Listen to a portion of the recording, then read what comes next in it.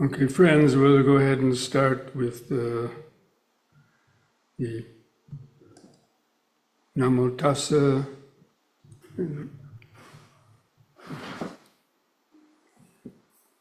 Namo Tassa Bhagavato Arahato Samma Sambuddhassa. Namo Tassa Bhagavato Arahato Samma Sambuddhassa. Namo Tassa Bhagavato Arahato Samma Sambuddhassa. Buddhang saranang gacchami, Dhammang saranang gacchami, Sanghang saranang gacchami, Dutiyampi Buddhang saranang gacchami, Dutiyampi Dhammang saranang gacchami, Dutiyampi Sanghang saranang gacchami, Duttatiyampi Buddhang saranang gacchami, Tatiyampi Dhammang saranang gacchami, Tatiyampi Sanghang saranang gacchami.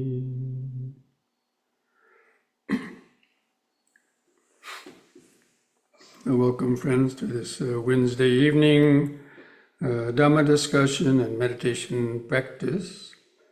So I hope you're all able to get the email I sent out on Monday with the attachment with a diagram of 4 stages of meditation. But in case some of you didn't, or some of you are not on the mailing list, Prashant, are you going to share the screen with that now? Okay. So these are the 4 stages of meditation. Now, sometimes it's explained in different ways, but basically these 3 stages, and the 4th one is a little kind of not given a title, but because there's different ways of interpreting it. But this is the way that I like to explain these stages of meditation. So for the beginner, you see the first one is the distracted mind, easily distracted with the 5 hindrances. So when a person starts the practice of meditation, they're usually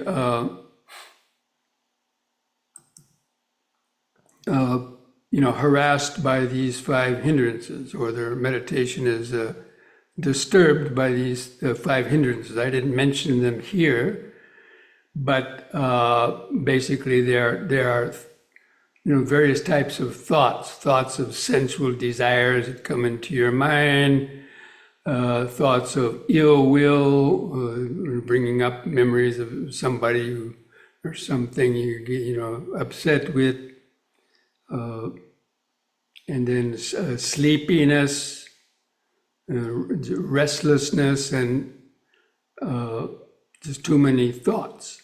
But in this diagram, I put the 2 most common ones is pain.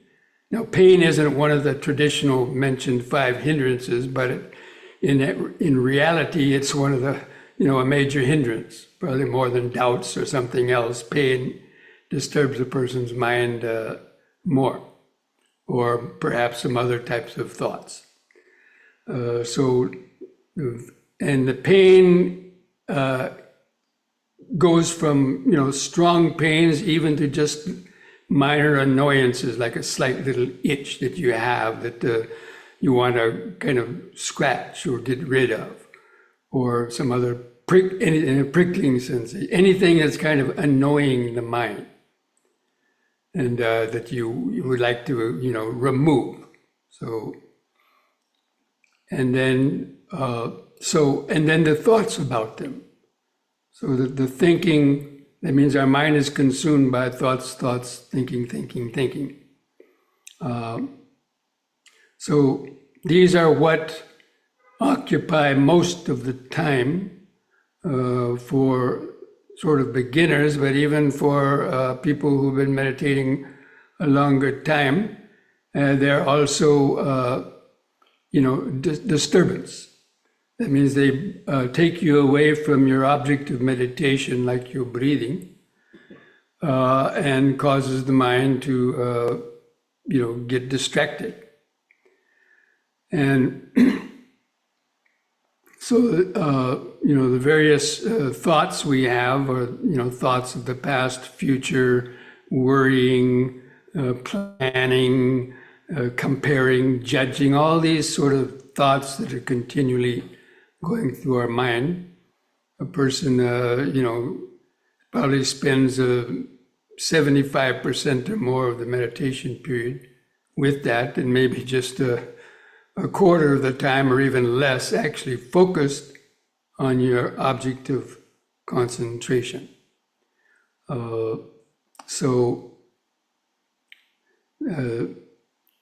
That's only when one has successfully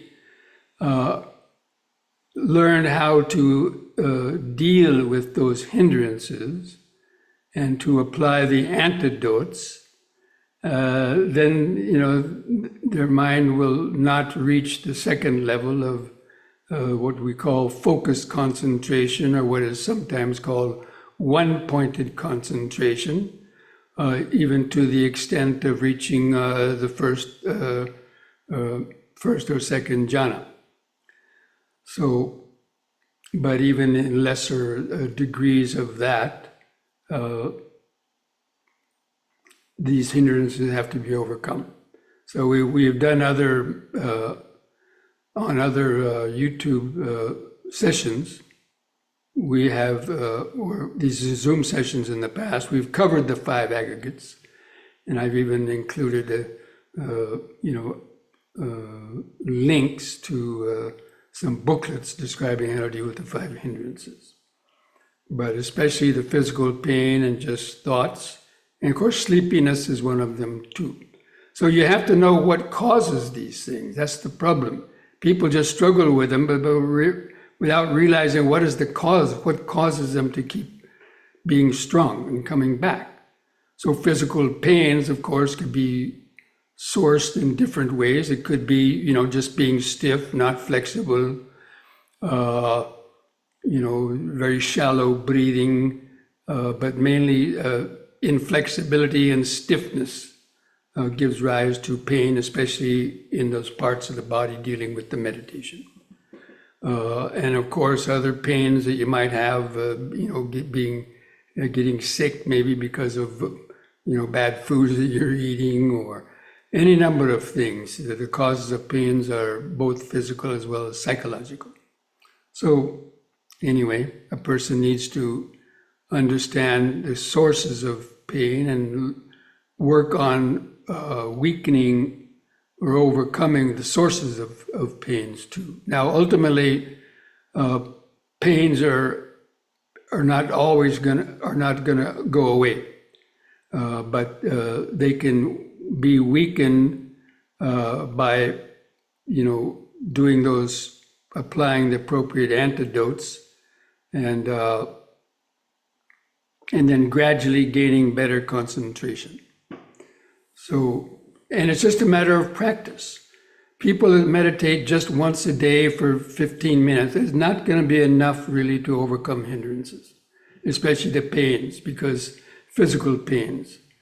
If a person really wants to overcome pains, they need to have a regular kind of practice that helps to keep the joints, especially in the shoulders and hips and the knees, flexible and stretched so that the prana life force can freely flow through those joints. And that's the reason why so much of pain is also because of poor posture, slouching.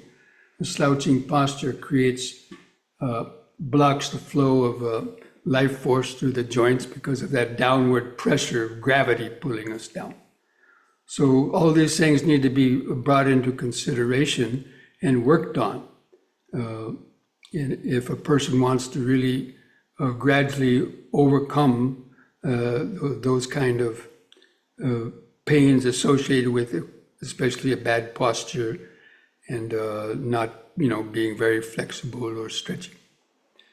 Now, once a person's mind has reached a more advanced level, then the pains may not be so, it might be able to be suppressed, but for beginners, it's a big distraction.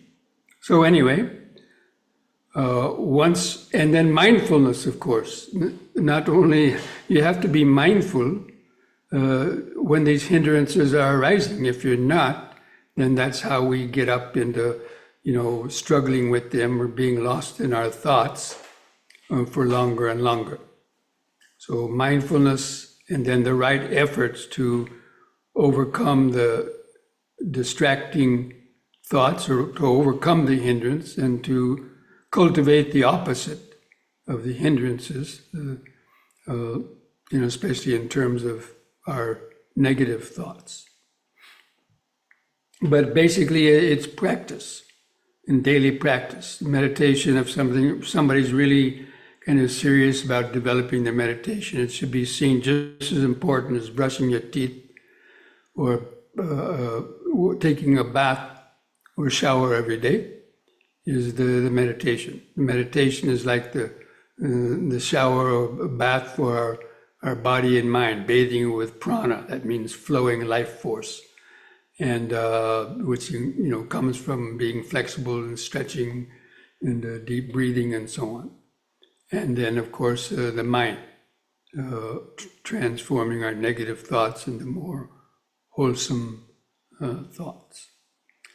So there was a question that came up about this. How does one progress from the state of a beginner into the second phase of focused concentration?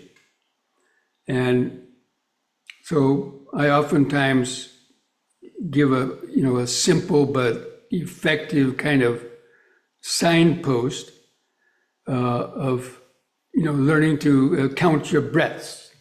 Now, a lot of people think, counting the breaths, that's just, such a simple technique. I don't need to do that. Yes, you do. And so if you cannot count your breaths from 1 to 10 without getting lost, the way I normally do it with you every night or every, in our Wednesday, meditations, if you can't do that on your own, from 1 to 10, I doubt if you're going to have success in gaining, especially that second stage of focused meditation. So, but even counting the breaths from 1 to 10 is a very minimal thing.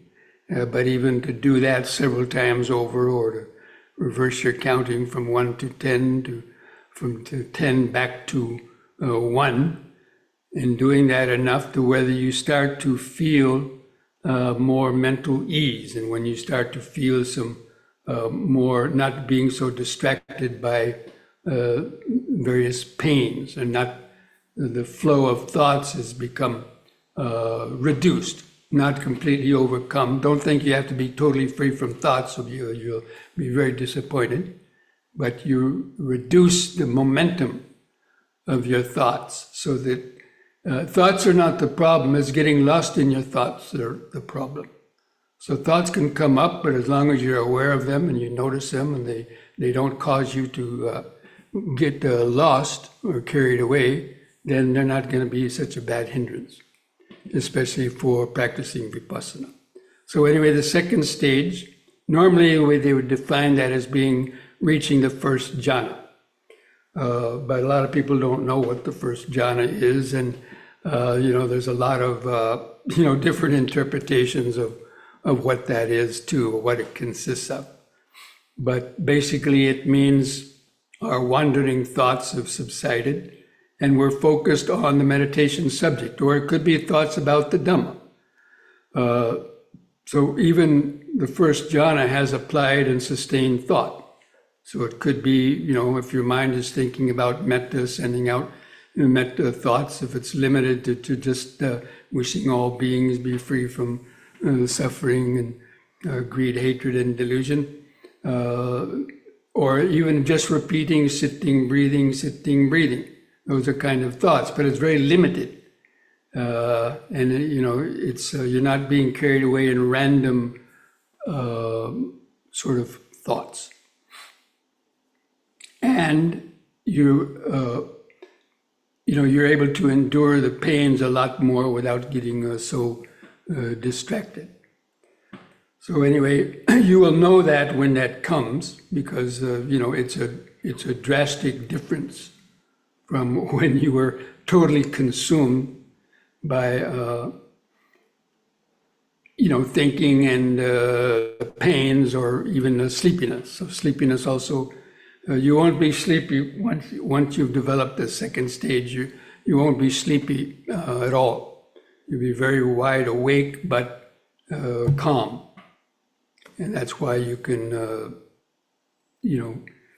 but there'll still be pains and sensations will be coming and sounds coming, but you're no longer being carried away by them. So that's that first state of focused concentration, and to be able to sustain that for longer and longer time, even for 30 minutes or even longer. But it's very gradual. So you might reach that stage for a couple minutes, and then have more distractions. But then you have to keep on doing it over and over again, and gradually you'll be able to sustain the amount of time you can stay in that state of samatha, or concentration. So the focused concentration, the dot in the middle of the head, or near where the nose would be on that drawing, that doesn't necessarily mean that you're focused on that one dot at the tip of the nose, although a lot of people use that as their concentration point. But even the way that I suggest people doing it, feeling the expanding and contracting sensations in the middle of the body, that's also equally, will get the mind to become, more one-pointed. But there's different degrees of that kind of one-pointedness. But the main thing is that once you reach that second stage of meditation, because it feels so nice and comfortable, the mind tends to relax. Or it could be so relaxing that the mind might tend to go to sleep or to get spaced out. And so you have to avoid that. And you avoid that by then shifting over to the third stage, where, to transition from the second to the third stage, that object of concentration, like your breathing or the posture of the body, that has to kind of, like the breathing, that's the best one. The best one is the breathing, because that fits with the vipassana meditation. So the breathing is always there in the back of your mind, even if it's just 90% or so. It doesn't have to be 100%, even 80 or 90%. It's there, but that's what holds the mind focused. And therefore you can start observing other things going in and through the breathing. So the breathing or the posture, I usually advise people to try to hold the outline of the sitting body in the mind's eye. And that's also an applied and sustained attention. When you can hold that kind of outline of the body in the mind's eye, then you reach that jhanic level of awareness too.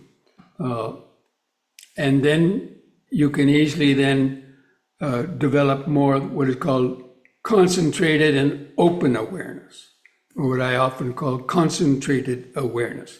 You're concentrated because the mind isn't getting carried away in other kind of thoughts, and it's grounded in the present moment. It's become centered and grounded in the body, in the present moment of whatever is happening, but not being distracted by it.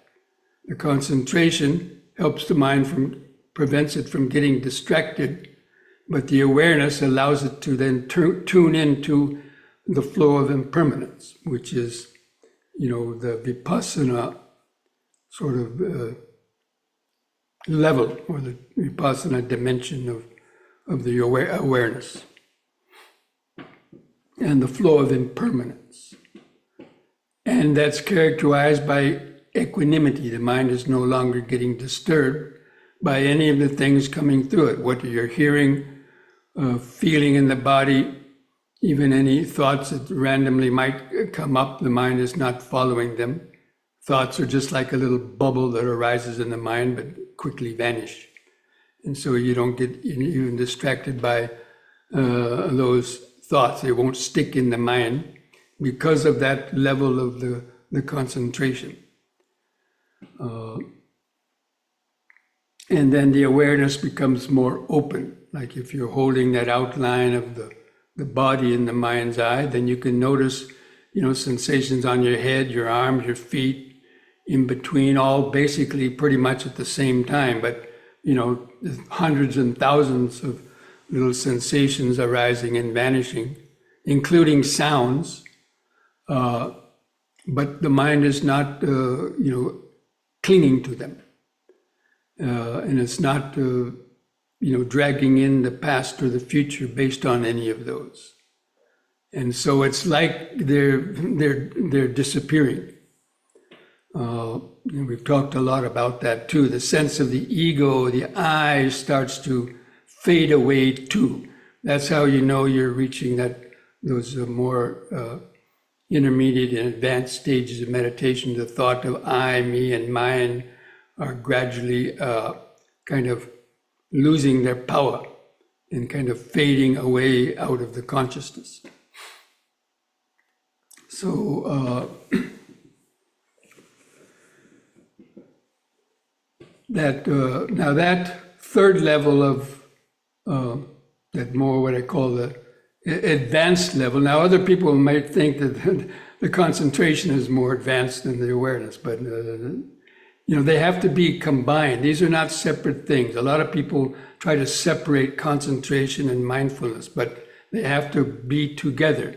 There's no concentration without mindfulness, and there's no mindfulness without being concentrated. They go hand in hand. So anyway, if one can develop that perception of impermanence and then experience the fading away of the ego, that's what leads to, the states of realization. And then that leads to the development of metta, or once you've experienced that concentrated and open awareness, then you've also starting to develop wisdom, seeing the emptiness of phenomena and seeing the Four Noble Truths. You understand about suffering, the cause of suffering, how it arises, how it ceases, because you're starting to experience the ceasing of the suffering, at least within that meditation period. And if you're able to, do it every day, then you will also notice that in your daily life, in your interactions out in the world too. Because what you experience in meditation needs to be, carried out into, will affect you in your daily life. If it doesn't, that means you haven't done it properly. But again, there's many degrees of that. So the fourth diagram, the radiating of metta. Now, some people, they like to practice metta at the beginning. Now, I know Bhante Gunaratana, the Bhavana Society, he prefers and trains people in developing metta meditation, kind of as a way of attaining the first jhana. Now, and it can be done. So sometimes that one stage of metta might come after the beginner stage, And then people might then practice metta, and if they're successful in that, they can attain the focus concentration using metta. And then from there, going into the more, the vipassana type of awareness. And then the stage beyond that would be attaining the magga and phala. But that would, the advanced stages would probably be classified as advanced stage 1, advanced stage 2. Like advanced stage of 1 is seeing impermanence. Advanced stage 2, or you could even say 3, would be seeing anatta. And then, entering the stream and things like that. But for most people, including most of you out there too, those first 3 stages, including metta, are ones that definitely can be reached if a person, practices it on a regular basis. But again, it requires a constant practice, because it's like training in a sport or lifting weights. If you train to run a marathon, for example, and you run the marathon, and after you stop, then if you stop for several weeks, or you go back and you can't run as fast. In the same way with lifting weights, you have to continually doing that all the time to keep those muscles in shape. So concentration, mindfulness, concentration in wisdom is similar to a mental muscle. The muscle to let go of your negative thoughts, come back to the present moment. The muscle to let go of, overcome your sleepiness or endure pain. All this requires a mental strength. So anyway, that's what I wanted to say about these 4 stages. Now, if any of you have any questions about any of those, then feel free to write something in the chat box or to raise the golden hand.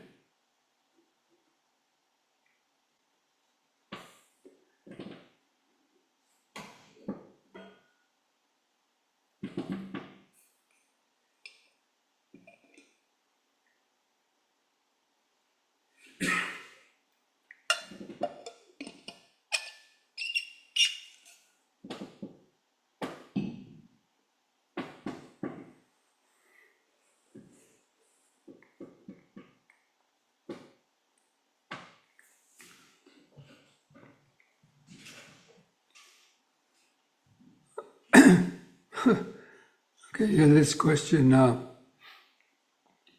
in from the chat is, what is the 9th jhana called? Its name?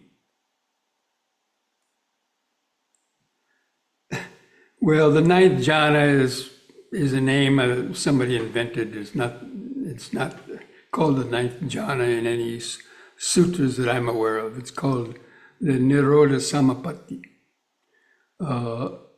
And so that's what it's called. After attaining the first 4 rupa jhanas, and then the 4 arupa jhanas, which are the realm of infinite space, infinite consciousness, nothingness, and then neither perception nor non-perception. Then if one is able to hold that 8th, usually it's not even called the 8th jhana, they're called the formless realms. But anyway, we'll call it the 8th jhana. Only if you can hold that, which is, only 1 out of a million probably is going to be able to do that anyway, for long enough. And then according to the scriptures, only somebody who's already attained is an anagami is going to be able to attain the Nirodha Samapatti anyway. So, but it's called the cessation of perception and feeling, and it's basically kind of tantamount or thought to be similar as experiencing Nibbana, here and now. But again, according to the some scripture. I'm not. It's maybe the Abhidhamma, but only anagamis or arhants are able to attain that anyway. So I wouldn't be too concerned with that. But anyway, whatever you're calling the ninth jhana, it's Nirodha Samapatti, the cessation of feeling and perception. Because the eighth jhana is neither perception nor non-perception. That means it's so rarefied, you can't really perceive anything, but yet it's not nothing. So, or it's not non-perception. But that next stage of Nirodha Samapatti would be the cessation of both feeling and perception. Anyway, okay, this next question. Does one need to completely overcome the hindrances to get to stage 2? Now, technically speaking, yes. The first jhana would be considered to be stage 2, but there's levels just below that first jhana, called access concentration, that you're getting a lot of the jhana factors, but it's still kind of weak. So, but the hallmark of that second stage, again, would be, having those jhana factors present. But, even in a weak stage, you can consider that. But mainly it depends on the clarity of the mind. So when the mind reaches a state where you're centered in the body, you're getting a piti in the sukha, which means the pleasurable, very light kind of feelings of the body, and you're content with the present moment. You're not hoping when's this meditation going to be over with, or you're not being distracted by any pains, and the thoughts are very, very few. Maybe there's a random thought arise, but it won't stick in your mind. Then you could consider that being that stage 2. And then if you want to go to stage 3, you have to open up the awareness to start tuning into the flow of impermanence, rather than just staying in that state of tranquility focused on just the breathing, for example, or that one particular object. You have to open it up so you can see impermanence of hearing, sounds, other body sensations, or if there's any smells or tastes going on in your house or in your body, then in any of the senses, basically. It's called sixth sense door, full-blown sixth sense door awareness, where the mind is open in anything coming through any of the senses. It's just seen in a moment, but the mind is not holding it, and it vanishes almost instantaneously. And it's just one after the other, like blips on a radar screen, just going. That's really the perception of impermanence. And if you can hold that long enough, the sense of the I and the self will start to dissolve or vanish in the background. And then you can experience that, the emptiness of the self, and reach those deeper levels. Okay?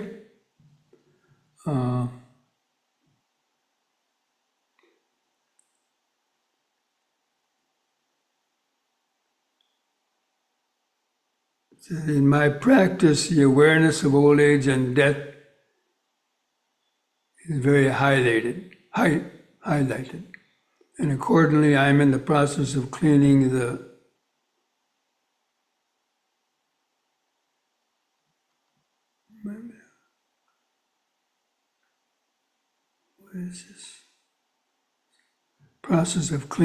house and putting my legal work in place. Oh, that is not a problem to my children. Yes, of course, that is good. If there's something, because of parents, of course, that's going to be a big concern of theirs, is worrying about their children after they're going to die. So that, that's definitely going to be a hindrance too.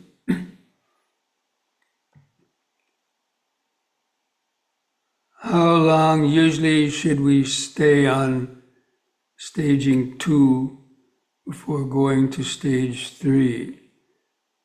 Is that something we can decide or should go with? Yeah, I mean, you will naturally probably want to go with it. It's a natural outgrowth. Because you'll get bored with just staying in that calmness. What's next? What's next? People are always asking, what's next? What's next, right? You get bored with just watching the breath or just feeling the pleasant sensations at some point when you know that that is not the goal of deeper meditation, of course. And so the natural progression is to tune in to just open up. It happens automatically, really. I mean, especially if you are working and trying to develop that outline of the body, it will naturally come with it. So there's no telling how much time is going to be necessary in each of those stages because every person is different. And again, it depends on how often and much you're practicing too.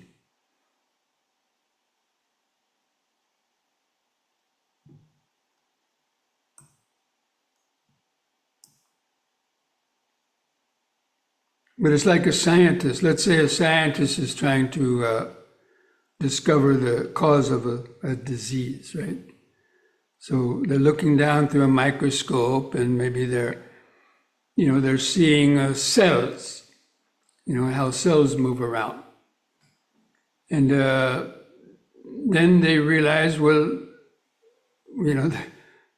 there's molecules are even smaller than cells. So they're not satisfied with just watching cells move around. They want to see what the molecules are doing.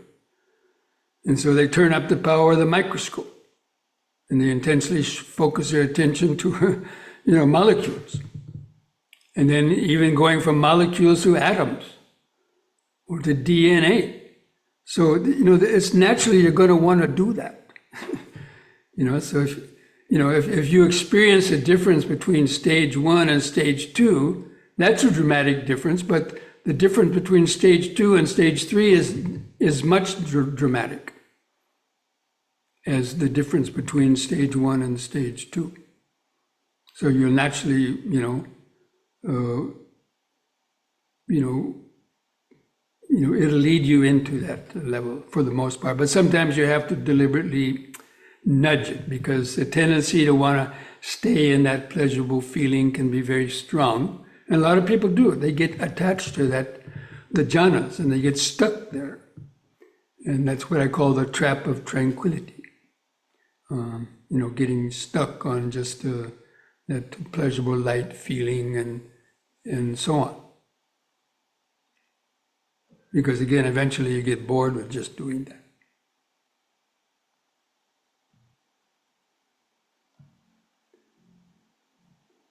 Okay. So, are there any other questions?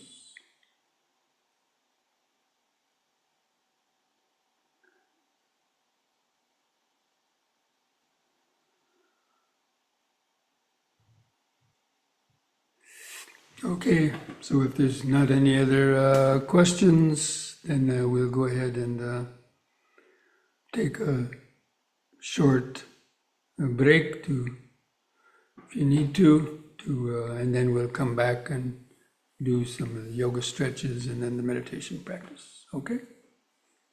See you back in a few minutes.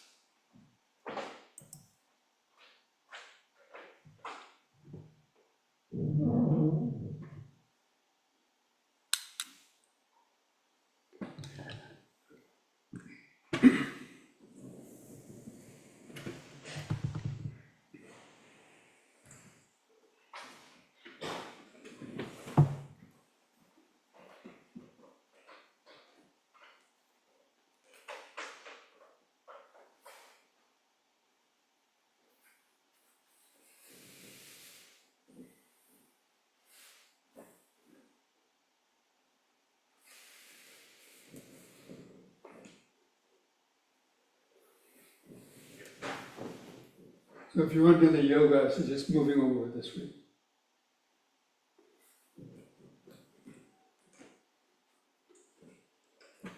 Your yoga mat, just move it over.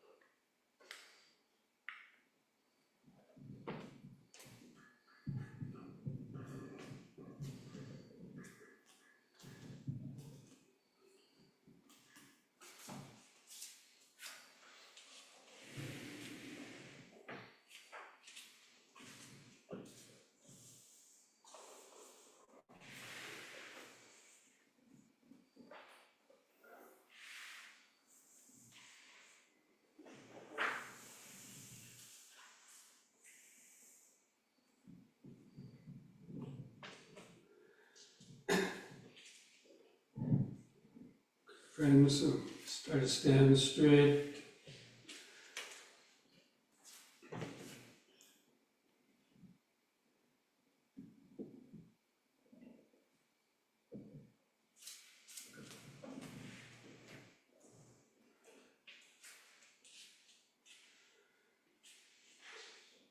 Relax your shoulders and arms at the side.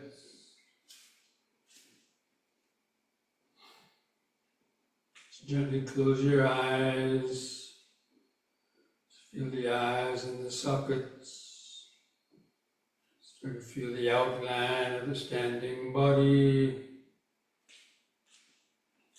If you can't feel that, just feel your head, your arms at the side. And begin some deep, slow breathing. Maybe 2 or 3 seconds to expand your abdomen, rib cage, and upper chest. Hold the air in the lungs, 2 seconds. And slowly breathe out. Feel the last bit of air go out to the lungs. And the next in-breath. Let's take a few more deep, slow breaths like that. Developing this mindfulness of breathing in, letting go of the past and future. Breathing out, standing here and now. Breathing in, letting go of the past and future. Breathing out, standing here and now. Breathing in, feeling the whole body.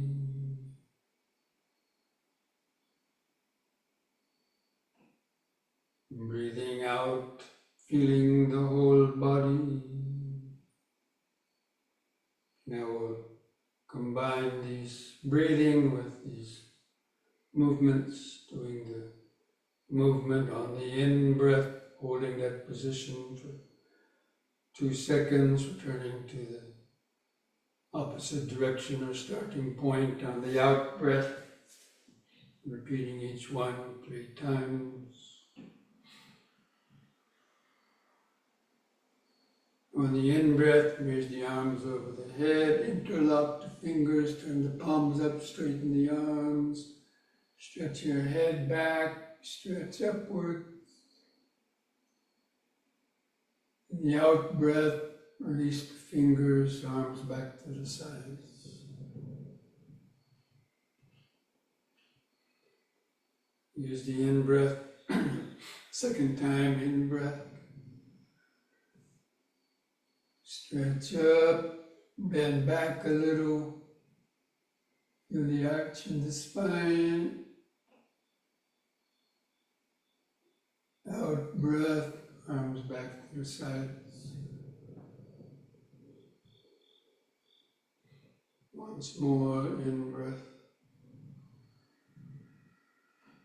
Stretch up, try to hold it longer.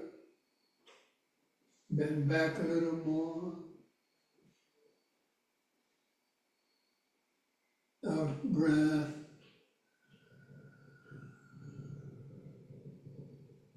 Just close the eyes, keep feeling the body.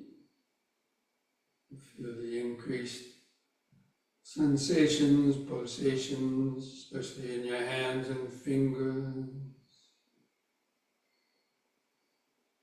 Can't feel that, feel the clothing touching the skin, your arms, chest, stomach.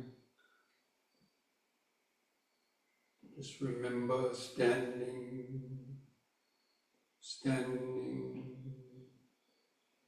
letting go of your thoughts, with the mind focused in the body, one pointed concentration in the body. Standing.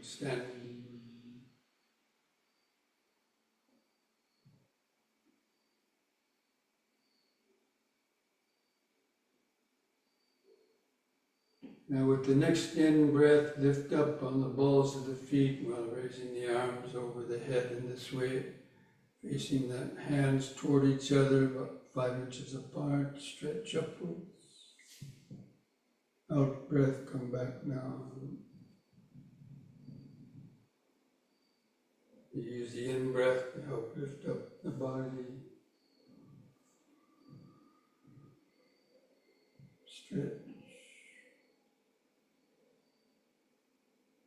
Out.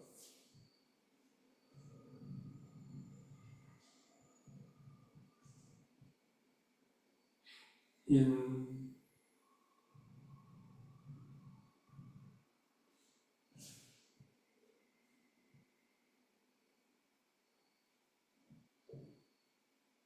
Out.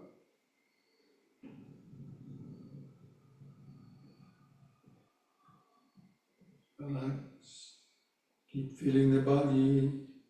Don't give the mind time.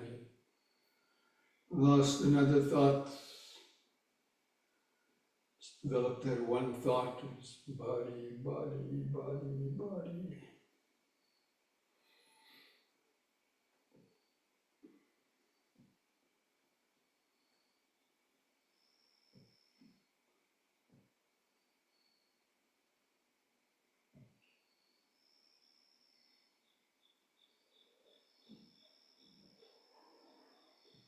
And next we'll do the side bending using one arm at a time. So that next in-breath, raise your left arm up and keep your fingers and arms straight close to your head. On the out-breath, bend over your right side as far as you comfortably can. In-breath, lift up. 2 more times to the same side, out-breath. Feel the stretch in the side. Keep the elbows straight, fingers straight. In-breath up. In out-breath.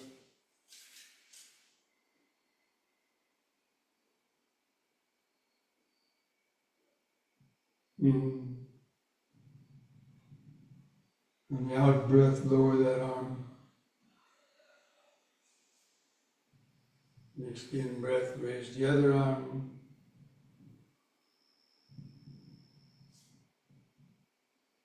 Out-breath to the left side.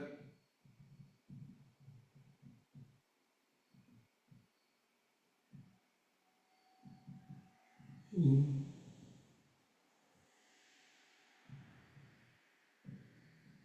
Out.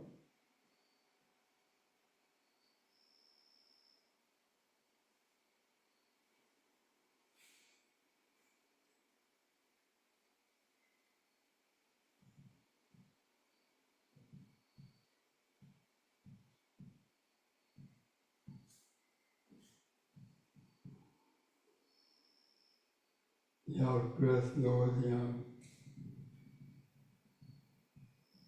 Close your eyes, keep feeling the body. Feel the outline of the standing body, head on top, arms at the sides, clothing touching the skin, feet pressing the floor, all those different objects, parts, create the outline of the body. Remember standing, standing.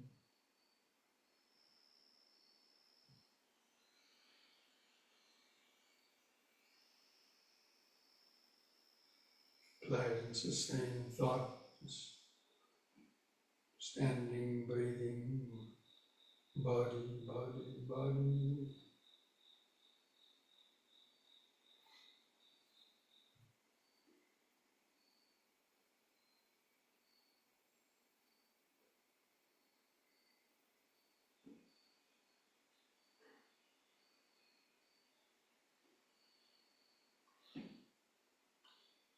Next we'll do the squatting or knee bending.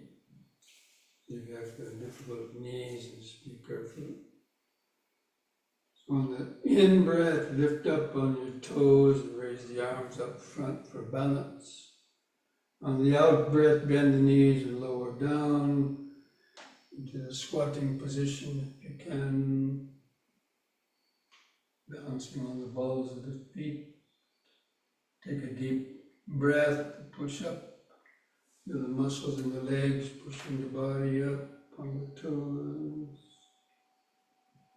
And out breath, lower down.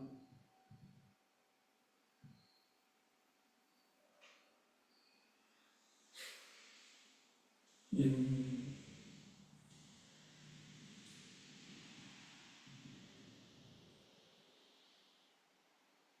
out.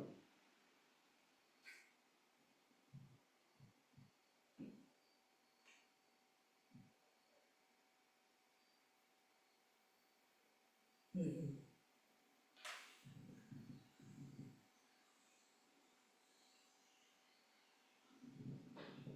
The out breath, relax. Feel the increased heartbeat.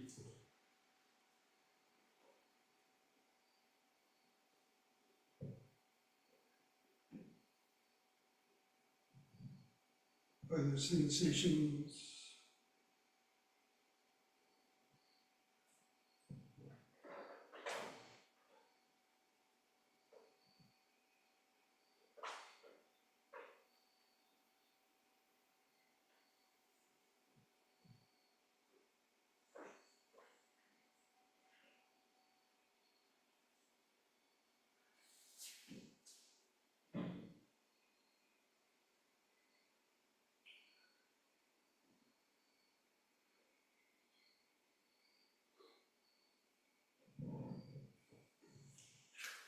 Now, spread the feet apart, at least 3 feet, wider the better. Twisting from side to side, hold the arms out. And breathe in. On the out breath, twist to the right. Keep your eyes focused on the hand going back.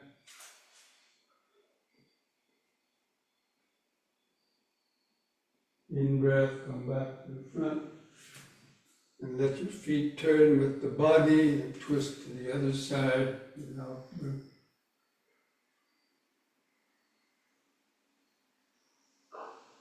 In breath.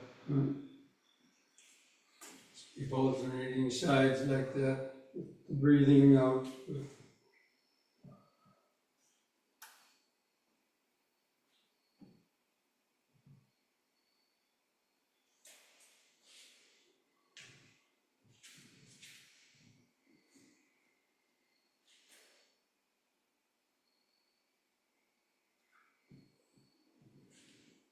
Once more to each side.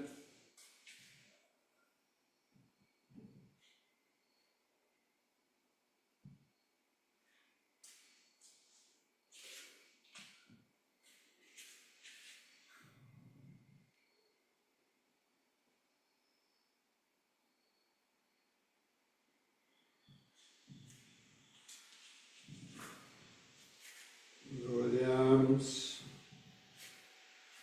Feeling the body. Feel the increased sensations in the shoulders, arms. Lifting them up longer. Feel each foot pressing the floor. Try to hold the outline of the body in the mind's eye.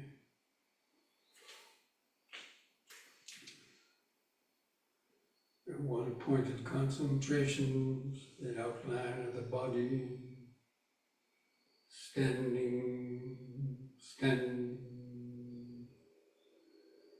You just hold the mind and that the body like that, feeling the sensations, you already be in the second stage, or third stage, the second stage of meditation.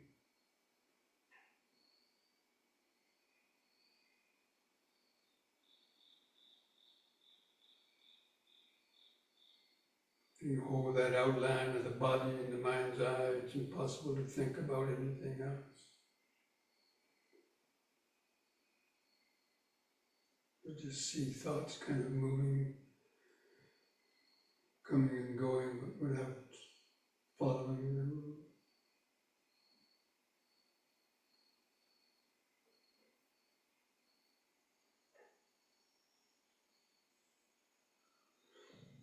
Okay, now place the hands together at the chest. On the in-breath, raise the hands over the head.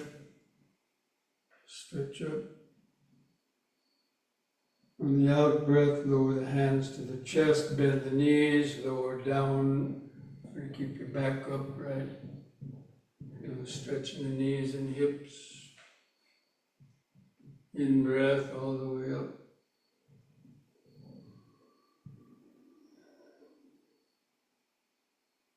Out.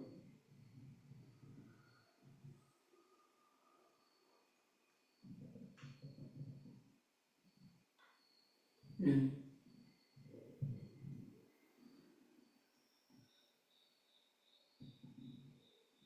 Out.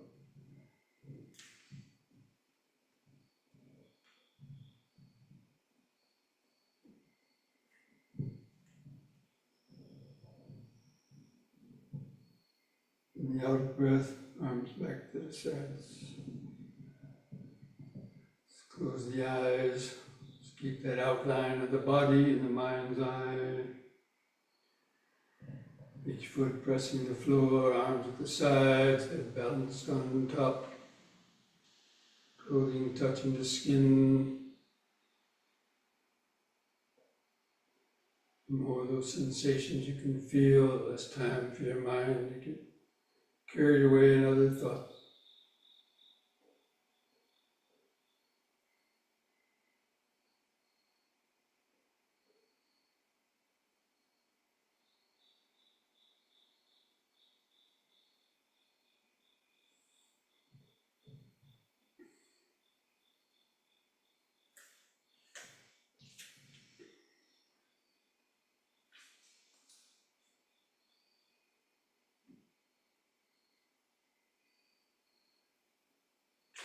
And keep your legs apart, wider the better. We'll do the forward and backward bending.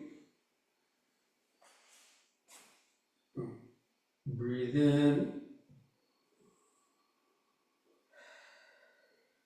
On the out breath, bend forward. Let your hands come down to your kneecaps. Keep your head lifted up, looking out straight ahead. Keep the legs straight. Try to flatten the spine. The in-breath, lift up. Move the hands under the buttocks for support. Let your head go back. On the out-breath, gently bend backwards. Keep your eyes open. Feel the arch of the spine. Carefully lift up on the in-breath. Again, the out-breath, bend forward. Let the hands come below your knees. Feel the extra stretch in the leg muscles. Keep the head lifted up. In-breath, lift up. Again, the back bends, be careful. Out-breath.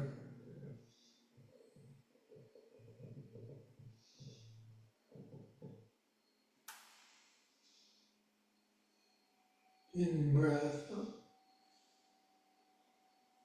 And the third time, let the hands come down as far as you can towards your ankles or feet. And then hold on to your legs or feet longer. That extra stretch in the leg muscles.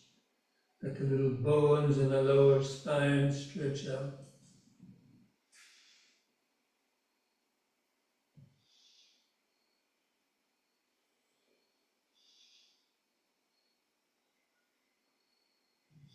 You lift up in the in-breath. And once more, the out-breath, gently bend back. Be careful.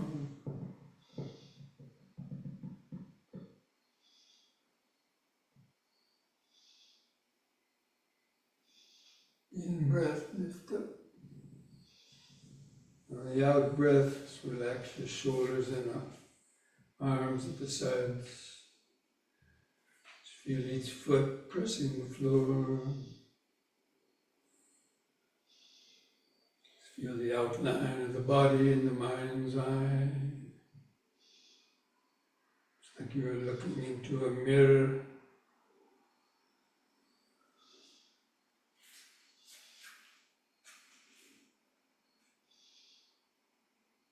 Feel the life force vibrations.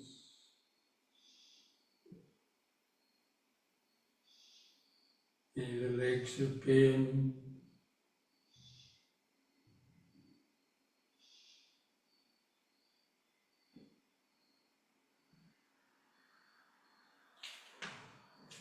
Now bring your legs back together. One last exercise, the head turning from right to left. On the in-breath, turn your head to the right. You have a stiff neck, just be careful, look over your right shoulder. The out-breath, turn the head all the way back to the left, to look over your left shoulder. In-breath to the right.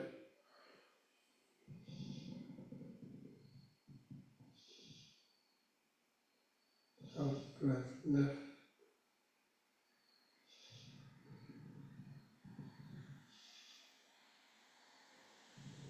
In the right.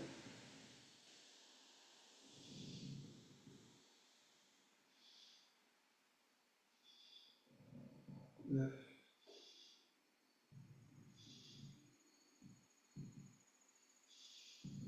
Once more to each side.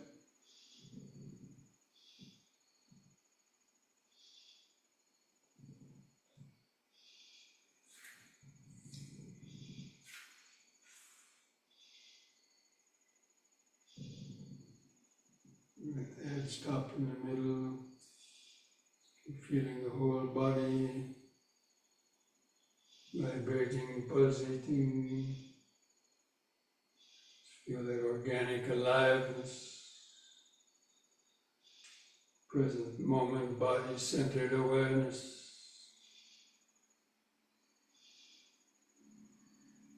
Standing.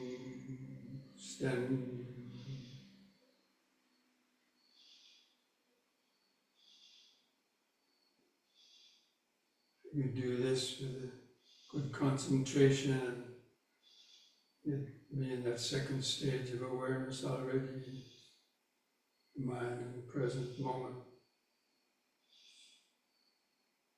One pointed on standing.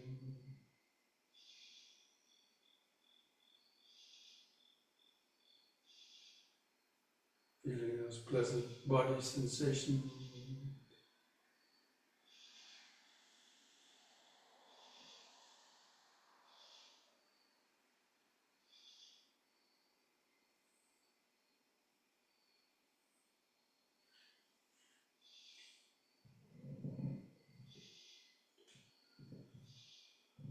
Okay, let's come back to our seats. Get ready for the sitting.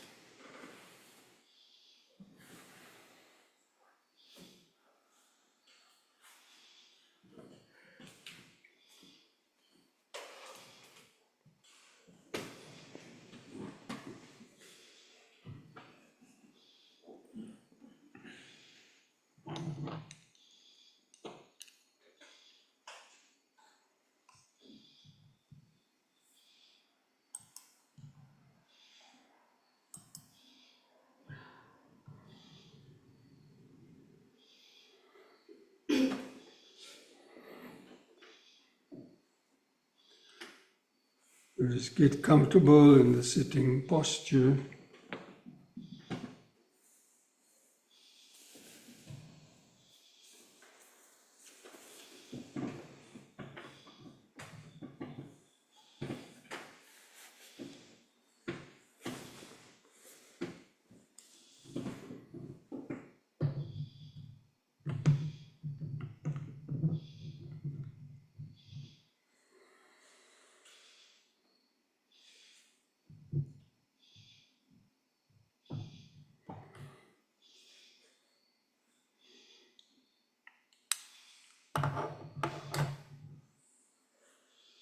Just try to sit straight.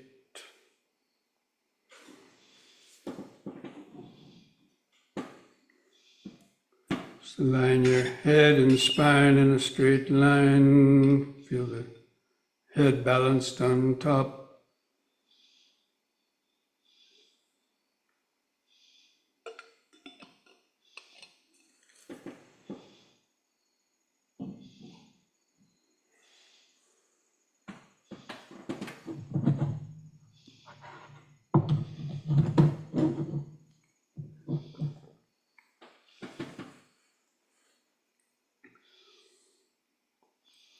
Try to hold that outline of the sitting body in the mind's eye.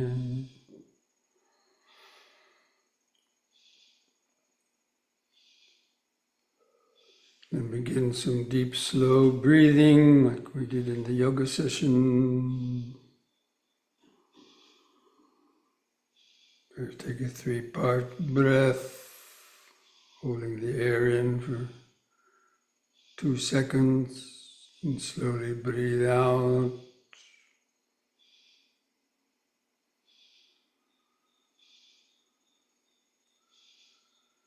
Just developing this mindfulness of breathing in, letting go of the past and future.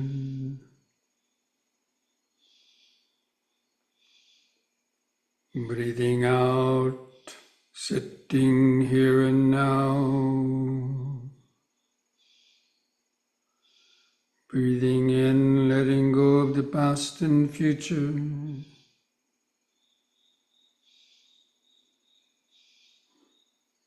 Breathing out, sitting here and now. Breathing in, feeling the whole body.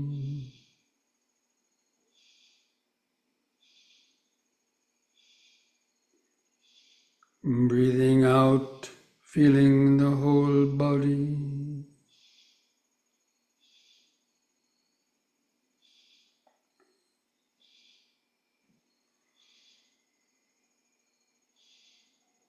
Now we're going to try to count the breaths from 1 to 10 to see if develop a more continuous concentration on the breathing. I'll do the counting for you. Just try to follow that with your breathing and concentration. So with the next expanding in breath, mentally count to 1. Hold the breath a second. With the contracting out breath, also count to 1. Feel the last bit of air go out of the lungs. And the next in breath, 2.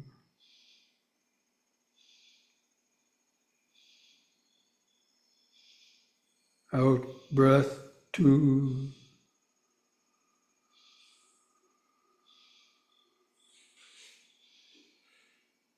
In 3.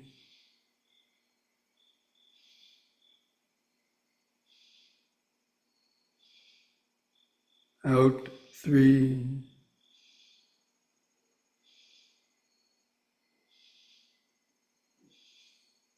In 4.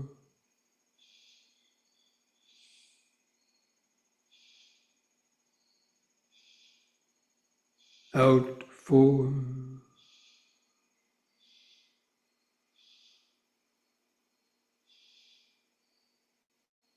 In 5.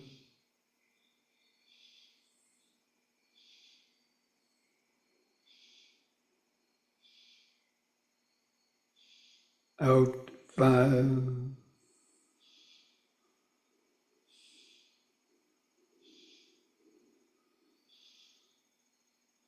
in 6,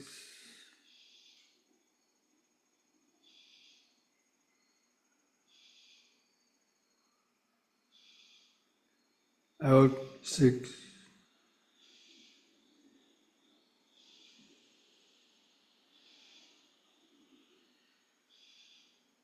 in 7,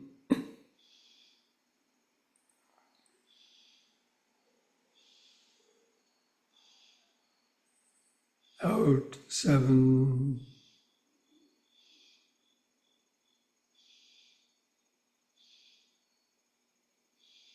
in 8,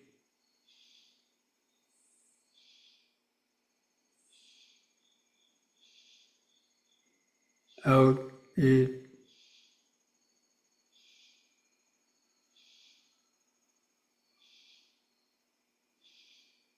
in 9,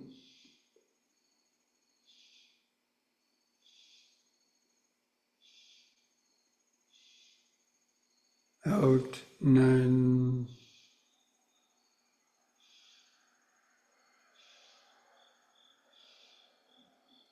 in 10,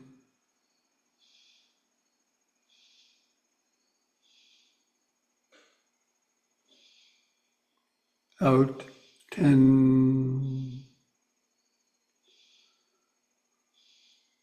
And now try to do the counting from 1 to 10 by yourself without my prompting, while counting the breaths. If you catch yourself lost in thoughts, recognize it as lost. Start the counting again at 1.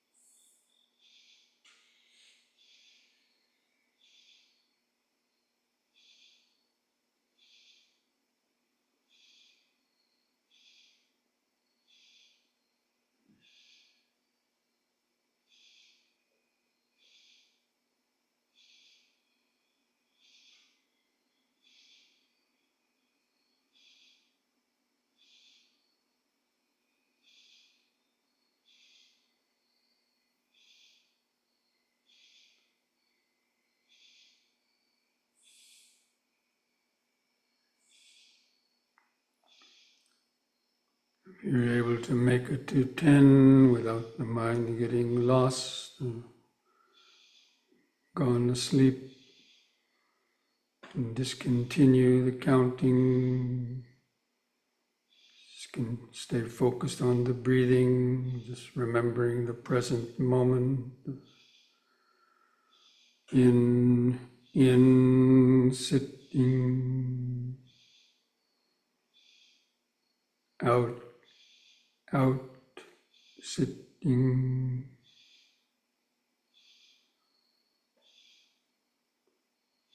Just tuning in more closely to the breathing, the 4 phases of each breath cycle. Expanding in breath and the brief pause. Contracting out the breath and the brief pause.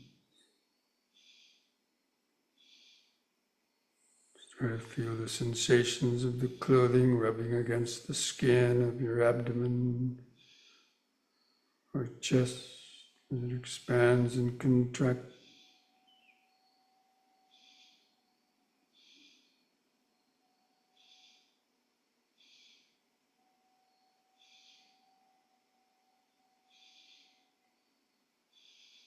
And the brief pauses between the breaths, feel the outline of the sitting body.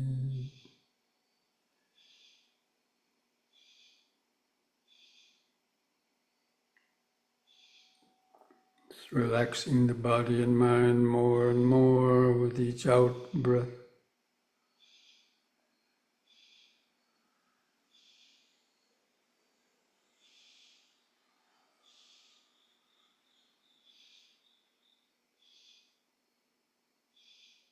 In sitting, out,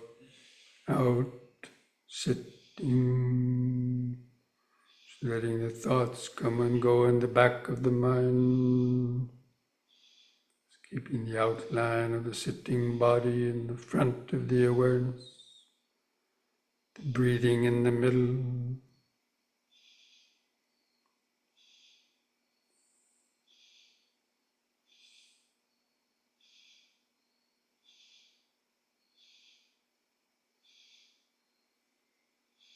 The mind is calm enough, is feeling other sensations coming and going in and around the breathing body.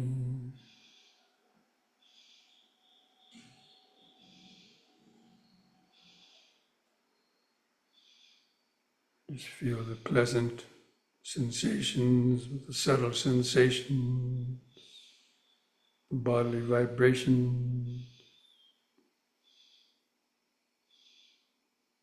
Just let those help keep the mind centered, focused.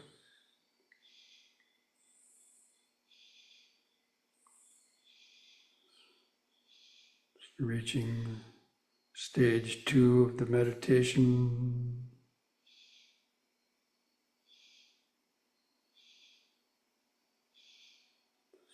Breathing in, sitting. Breathing out, sitting. Breath by breath, moment by moment.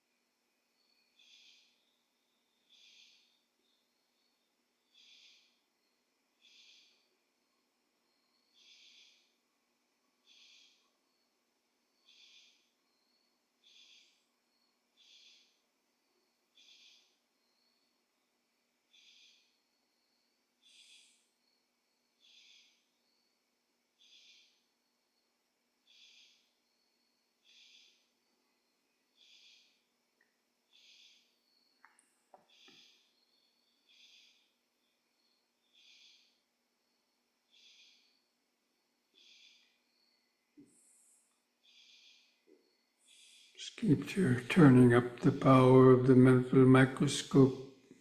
Notice more and subtler detailed sensations, the breathing process, in the breathing body.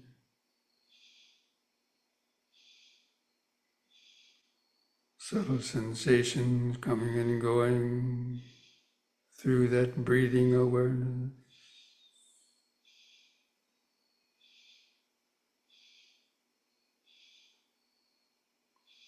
If any sounds are heard, sound vibrations coming and going in the background.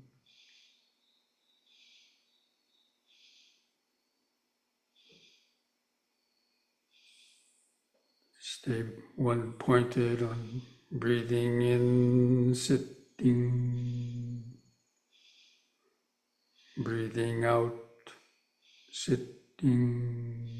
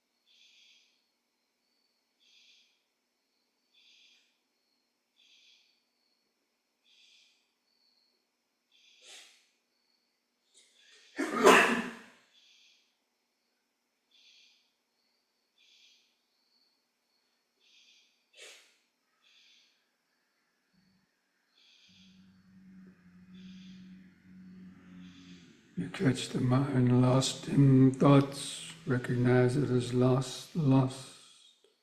Take a deep, slow breath. Bring the mind back into the body. Back to in, sitting. Out, sitting.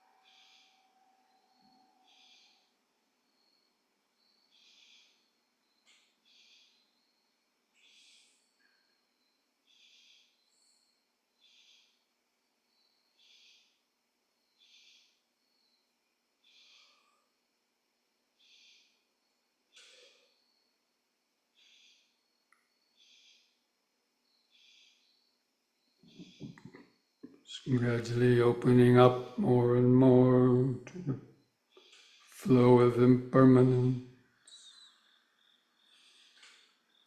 So many different body sensations coming and going. Sounds coming and going. Even thoughts coming and going in the background. Through this breathing body awareness.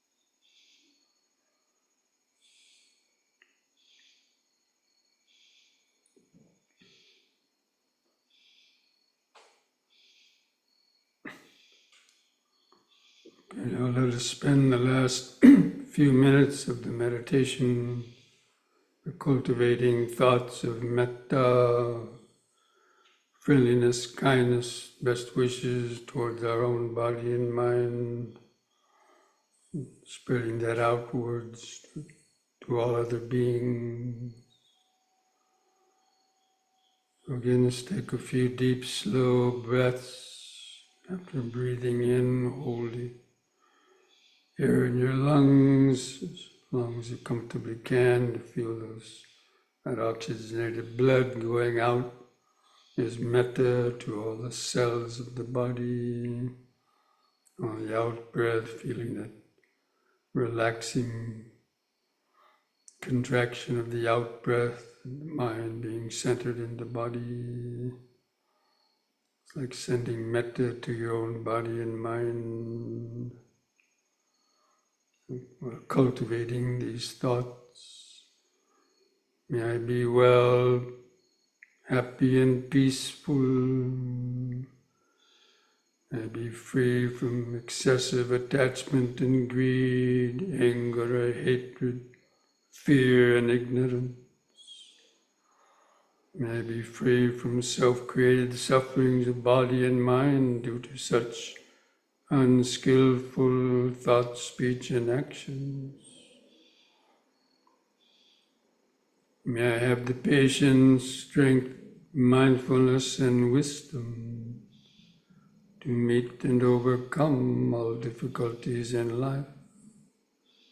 May I be able to continue to deepen my understanding of the practice of meditation and understanding of the Dhamma, to free the mind from confusion and self-created suffering. May I be well, peaceful, and wise.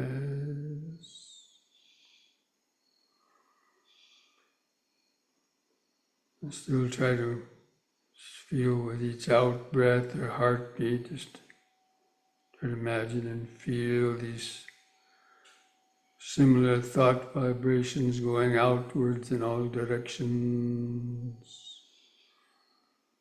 Thinking, may all living beings, wherever they might be free from greed, hatred, fear, and ignorance.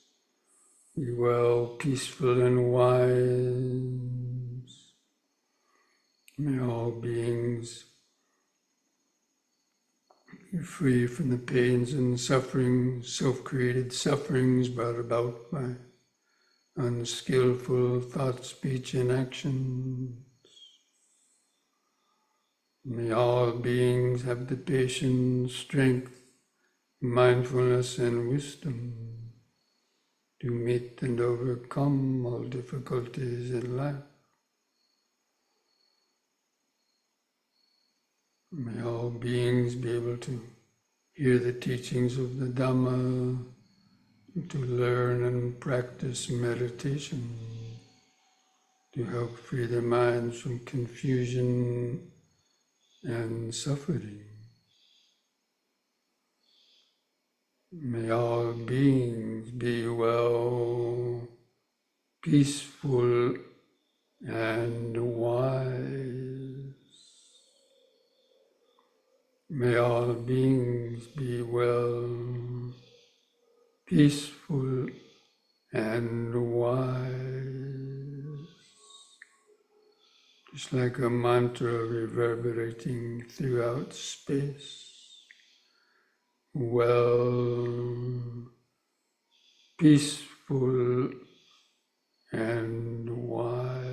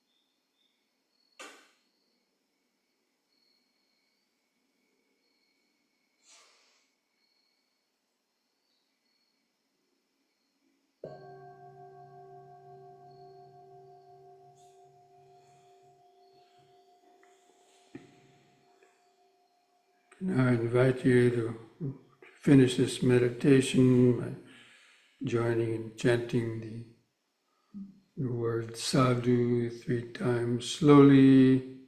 We do that chanting on a long out breath. Feel those vibrations in the body and mind. So take a deep breath.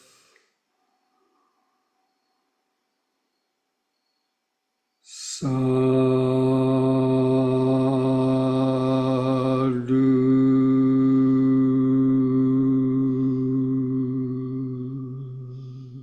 Breathe.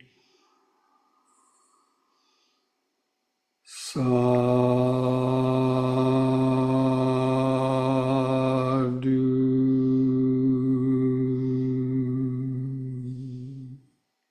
Breathe. Sadhu.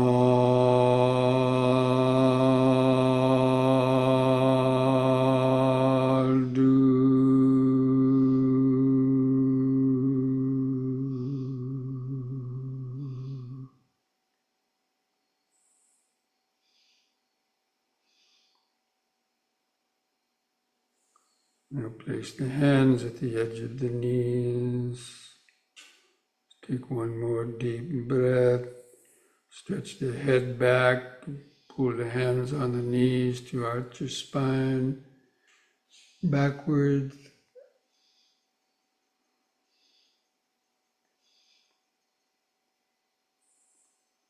And lift the head up.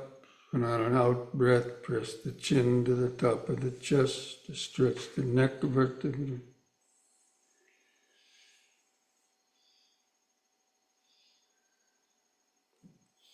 And lift the chin up level on an in-breath. And relax on the out breath.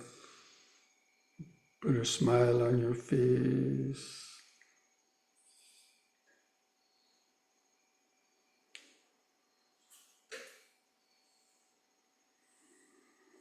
Okay, friends, this brings our evening Dhamma discussion and meditation to an end. I don't know which of those, hope at least some of you could get beyond the first stage of meditation, to experience at least for a few moments some deeper awareness. So keep up your meditation practice during the week. And hope to see you again next week. I don't know what the topic next week will be, but I'll send that out next Monday.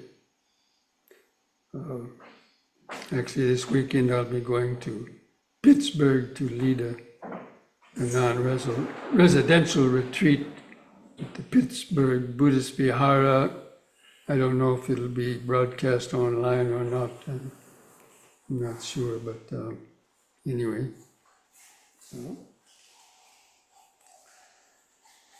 Okay, so until next week, be well, be peaceful, be wise, and Namo Buddhaya.